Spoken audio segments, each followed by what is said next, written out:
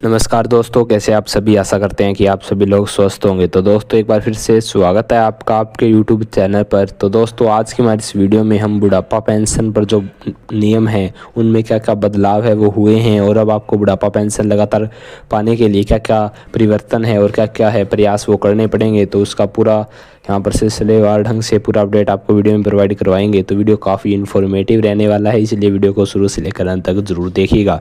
तो बिना देरी करते हुए चलिए फटाफट वीडियो को शुरू करते हैं। तो देखिए दोस्तों, जो हरियाणा सरकार है बुढ़ापा पेंशन में आए दिन देखिए यहाँ पर हर टाइम पर बदलाव है वो करती रहती है। इसी के संदर्भ में कुछ बड़े बदलाव है वो देखने को मिल रहे हैं। यदि आप इन बदलावों का पालन है और इन नियमों के अनुसार नहीं चलते हैं तो आपको बुढ़ापा पेंशन का लाभ नहीं मिलेगा। जिसमें सबसे पहले अगर हम बात करें तो वो आपकी फैमिली इनकम। जी हाँ दोस्तों, आपको अपनी फैमिली इनकम को एक लिमिट से नीचे ही रखना है।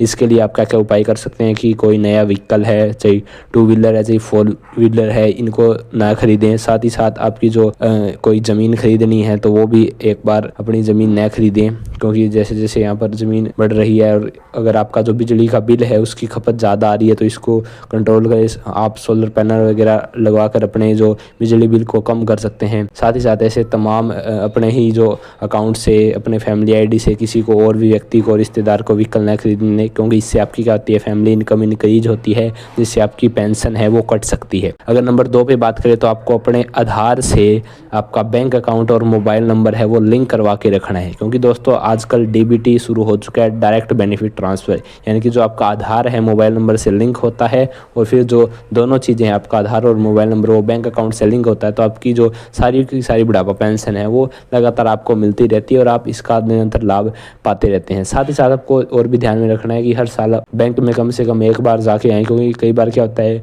कि बहुत सारे बुजुर्ग व्यक्ति, क्योंकि उनसे चला नहीं जाता है, तो वो क्या करते हैं अपने पास के सीएससी सेंटर वगैरह से पेंशन लेते हैं। ऐसे अगर लंबे टाइम तक करते हैं तो उनका बैंक अकाउंट इनएक्टिव शो होने लगता है, जिससे आपका बैंक अकाउंट वगैरह एक टेम्परेरी रूप से क्या हो जाता है, बंद हो जाता है। इसका मतलब ये नहीं है कि आपका खाता कभी खुलेगा नहीं। आपको अपना जो आधार और पैन कार्ड वहाँ पर ले जाके और आप खाता खुलवा सकते हैं। लेकिन अगर आप साल में कम से कम 1 या 2 बार अगर आप बैंक में विजिट करते हैं तो अपनी जो पासबुक होती है, यानी कि आपकी जो खाता बुक है जिसमें आपका अकाउंट नंबर है, उसमें भी आप एंट्री वगैरह करवाते रहते हैं, तो आपको निरंतर पता भी लगता रहता है कि आपकी जो बुढ़ापा पेंशन है वो लगातार आ भी रही है, और यदि और भी ट्रांजैक्शंस है और भी पैसा है तो इनको आपको मिलता रहता है। और साथ ही साथ आपको क्या है, एसएमएस सर्विसेज है वो हर बैंक आजकल प्रोवाइड कर रहा है, जिससे आपकी जब भी पेंशन वगैरह कोई भी आपका बैंक से जुड़ा कोई भी लेन देन होता है, चाहे आप पैसे निकलवाते हैं, जमा करवाते हैं, तो एसएमएस के जरिए आपको अपने मोबाइल नंबर पर मिलता है। बहुत सारे साथी क्या करते हैं, अपने वो उस जो बैंक में मोबाइल नंबर दिया है बहुत सारे साथी को पता नहीं होता, और पता होता हो तो इसमें रिचार्ज वगैरह नहीं करवाते। तो आपसे अनुरोध है कि ये एक ऐसा परमानेंट नंबर ही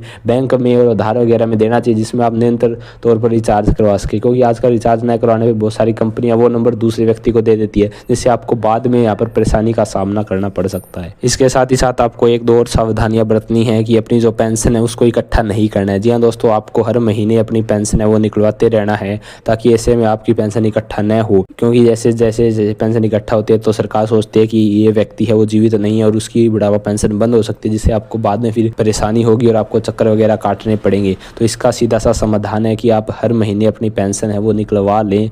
ज़्यादा पेंशन इकट्ठी करने का लोभ है वो न करें। दोस्तों यदि आप इन तमाम नियमों का अगर आप पालन करते हैं तो आपको बुढ़ापा पेंशन लेने से कोई नहीं रोक सकता है, और अगर आगे कोई भी नए अपडेट आते हैं तो हम आप तक पहुँचाने का प्रयास जरूर करेंगे। तो दोस्तों आप हमारे चैनल को सब्सक्राइब करिए और ये वीडियो है ज़्यादा से ज़्यादा शेयर करें, ताकि जानकारी के अभाव में किसी की बुढ़ापा पेंशन न कट जाए। तो दोस्तों यदि आपका अन्य कोई हरियाणा की योजना है, केंद्र सरकार की योजना है, कोई भी डाउट है तो आप बेझिझक कमेंट करके पूछ सकते हैं। हम जल्दी से जल्दी उसका रिप्लाई करने की कोशिश करेंगे। तो दोस्तों आज की वीडियो में मैं इजाज़त चाहूँगा। मिलते हैं एक नए एंड इंटरेस्टिंग अपडेट के साथ। तब तक के लिए खुश रहिए, स्वस्थ रहिए।